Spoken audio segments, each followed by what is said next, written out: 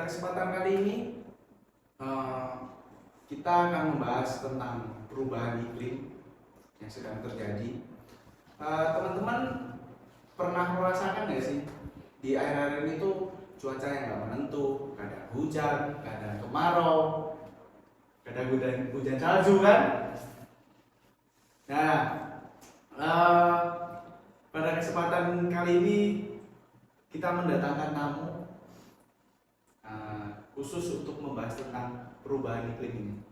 Pertama-tama perkenalkan dulu, namanya siapa?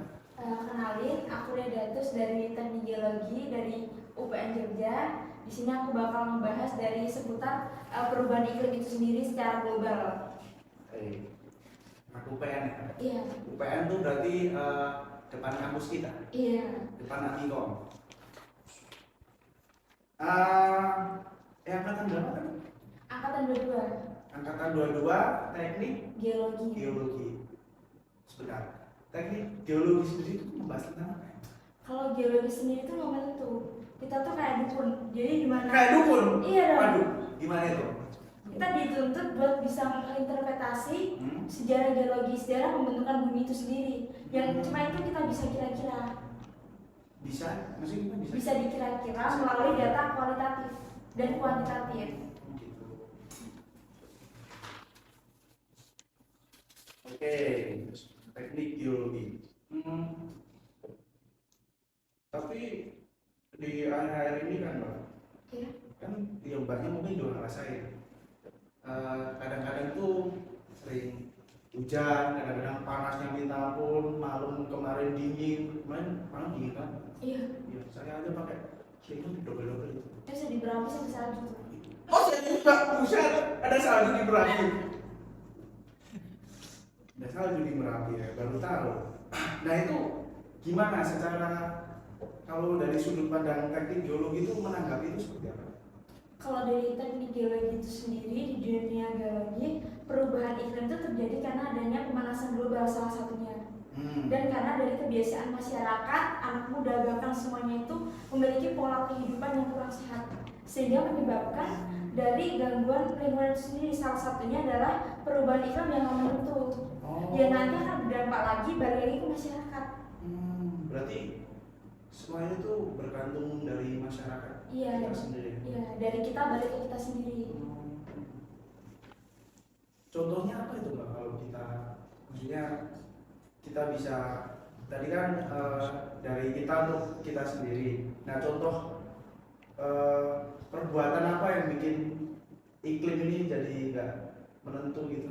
Salah satunya itu yang sering dilakukan sekarang tuh maraknya adalah ini penebangan hutan, penebangan pohon yang dilakukan secara ilegal.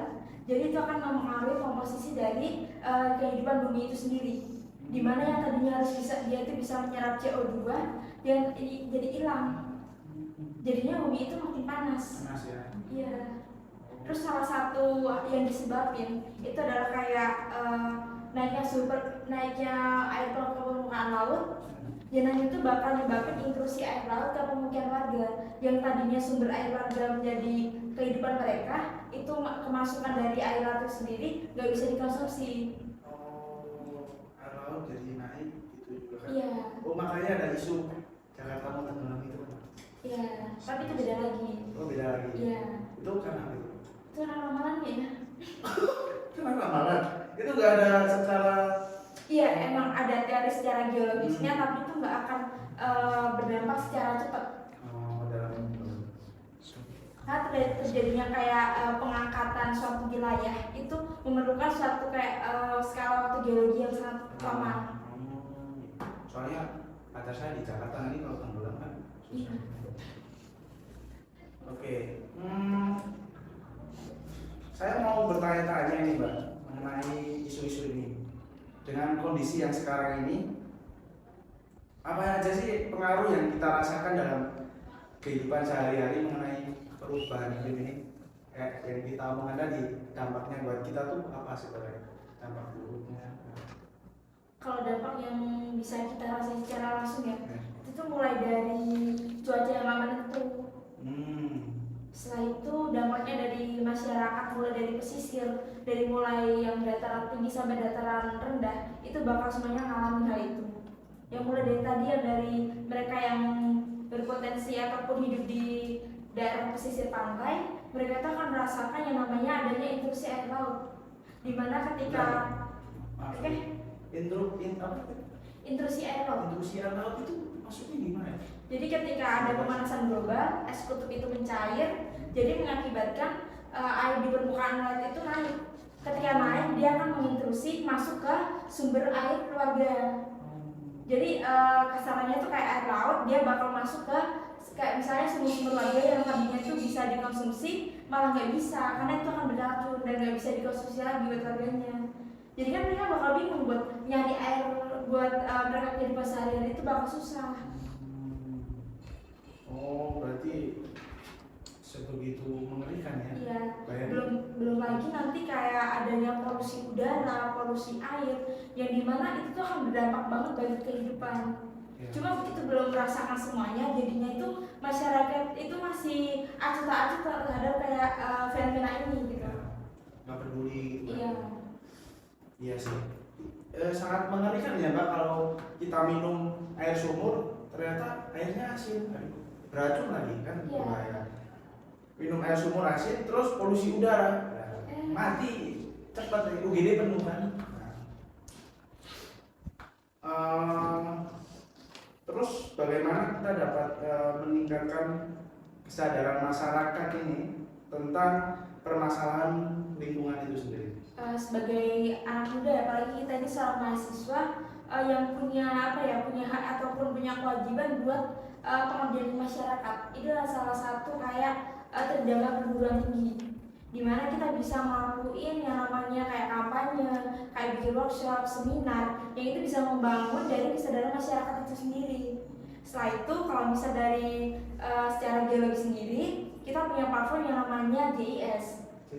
Ya, Geographic Information System, di mana masyarakat itu bisa mengakses informasi yang dari kita pemetaan. Kita kan melakukan namanya penelitian, pemetaan secara berkala, yang dimana informasi dari pemetaan itu sendiri akan dimasukkan di informasi itu di website itu, yang dimana masyarakat itu bisa mengakses, mereka itu tahu perakiraan dari bencana, dari iklim, dari cuaca itu sendiri, yang dimana mereka itu bisa secara langsung tuh memiliki kesadaran, oh ternyata bumi itu secara langsung gini, punya ternyata yang jelek. Gimana cara kita membangun itu? Belum lagi kita bisa juga membangun ataupun bergabung ke contohnya kayak bekerja sama kayak LSM. LSM? Ya, Lembaga Swadaya Masyarakat. Setelah itu bisa juga kita berkolaborasi membangun gerakan anak muda untuk cinta lingkungan.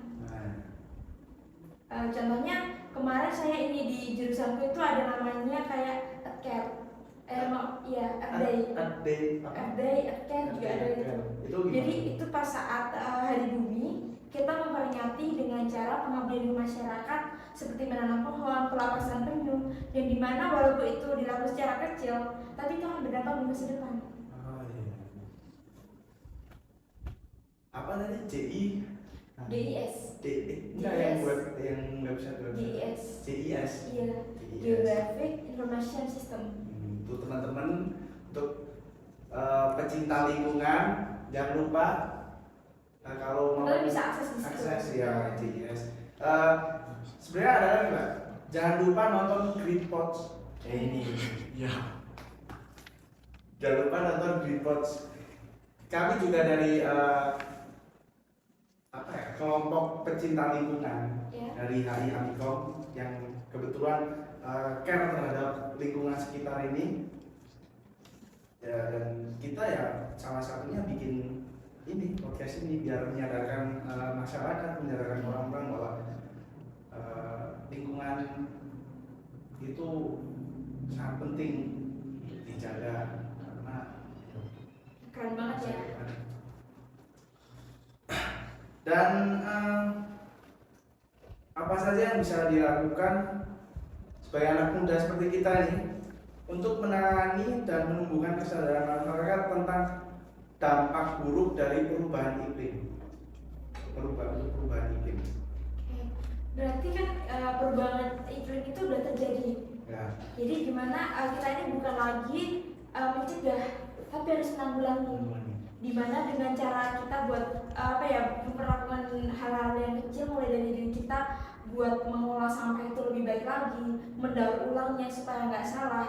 Dan setelah itu kita juga bisa melakukan kayak ini mengurangi dari emisi karbon itu sendiri yang dihasilkan oleh polusi udara.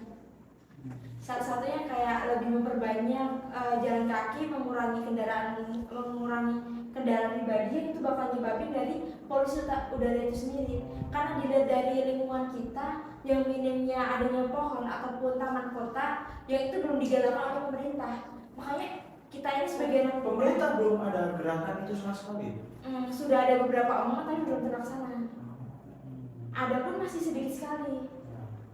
Tapi saya pernah dengar apa itu satu pohon untuk apa gitu? Satu pohon 1000 apa gitu ya? Iya, saya lupa itu. Bisa dilihat juga sih di daerah Amikom, daerah UPN ini masih gersang banget kan? Iya, itu panas banget, apalagi pas kelas. Waduh. Nah apalagi di depan Amikom sama UPN tuh macet Nah, banget iya. kan? Kalau UPN masih mending, Iya. ada pohon-pohonnya. Kalau Amikom semua ditebangin. Jadi parkiran, soalnya parkiran nggak ada. Nah tuh itu Amikom nggak ada bakal parkir. kerasa banget panasnya. Iya. Gitu ya Pak. Kalau kita ngomongin perubahan iklim, lingkungan ini kan ini termasuk isu global ya. Iya. Dan menyeluruh seluruh dunia gitu kan.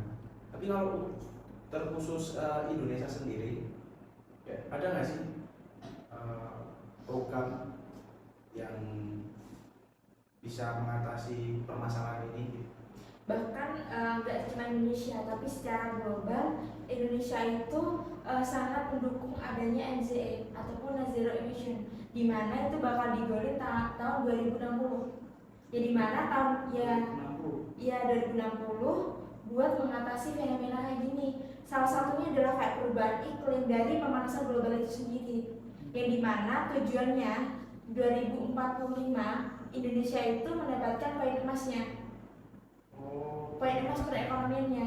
Dan dari situ kan mulai dari tahun-tahun ini kita galakin usaha-usaha buat ngurangin emisi itu, emisi karbon. Mulai dari kayak pembaruan sumber daya alam yang bisa diperbaharui, mengurangi dari polusi udara itu sendiri dengan cara kayak salah satunya tuh di Indonesia itu udah ngeluarin semacam kayak angkutan umum yang bisa mengangkut kayak kapasitasnya lebih besar, dan itu lebih terkondisikan dibanding angkutan umum yang udah ada sebelumnya, bukan kayak bus-bus itu, tapi seperti kereta elektrik. Nah itu udah ada. Berarti Ya. itu ya. Cuma itu belum ada sebanyak itu, tapi baru diusahakan karena Indonesia ini belum sepenuhnya itu memenuhi dari biaya yang diperlukan buat infrastruktur pembangunan. Jadi pemerintah itu sebenarnya udah memberikan ini ya, Iya. langkah awal. Sangat mendukung penuh lah. Ya. Dimana kan dilihat dari Indonesia sendiri itu kan mereka kan memiliki kayak modal utama ataupun kayak pemasukan dari negara itu sendiri kan yang itu sangat merugikan negara itu sendiri ya. Jadi kayak menguntungkan dan merugikan. Contohnya adalah kayak pemasukan Indonesia itu kebanyakan itu dari pertambangan, dari penjualan tambang. Yang sedangkan dari proses itu sendiri itu menghasilkan emisi karbon yang begitu besar. Iya. Nah itu ya itu jadi sulit ya kalau Iya. itu. Kita mau matiin itu tapi pendapatan kita sendiri itu dari situ. Iya. Jadi Indonesia tuh harus punya ini lah, kayak punya solusi sama penanganan yang balance. Baik. Tapi kalau menurut kakak sendiri, solusi apa sih yang bisa dilakukan yang itu efektif untuk memperbaiki atau mengurangi isu-isu yang terjadi saat ini? Mungkin yang bisa dilakuin dan itu kayak bisa digapai lagi sama Indonesia itu sendiri. Contohnya adalah kayak memanfaatkan dari sumber daya alam yang bisa diperbarui. Yang tadi juga baru diusahakan oleh Indonesia. Contohnya kayak di Gunung Kidul itu kan sumber daya anginnya itu kan beda ya. Itu bisa dimanfaatin buat kincir angin kah, dialirin kah ini listrik. Itu bisa juga. Setelah itu kita bisa manfaatin tenaga surya, tenaga matahari, yaitu nanti bakal diubah menjadi kayak mungkin tenaga listrik ataupun yang lain. Cuma kan dari Indonesia sendiri itu belum belum memenuhi, tapi udah dilakuin gitu.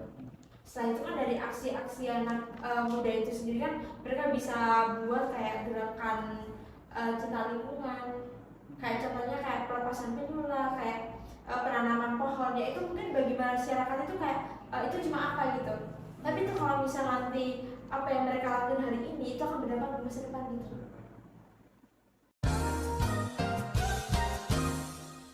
Di Green Pouch pada kesempatan kali ini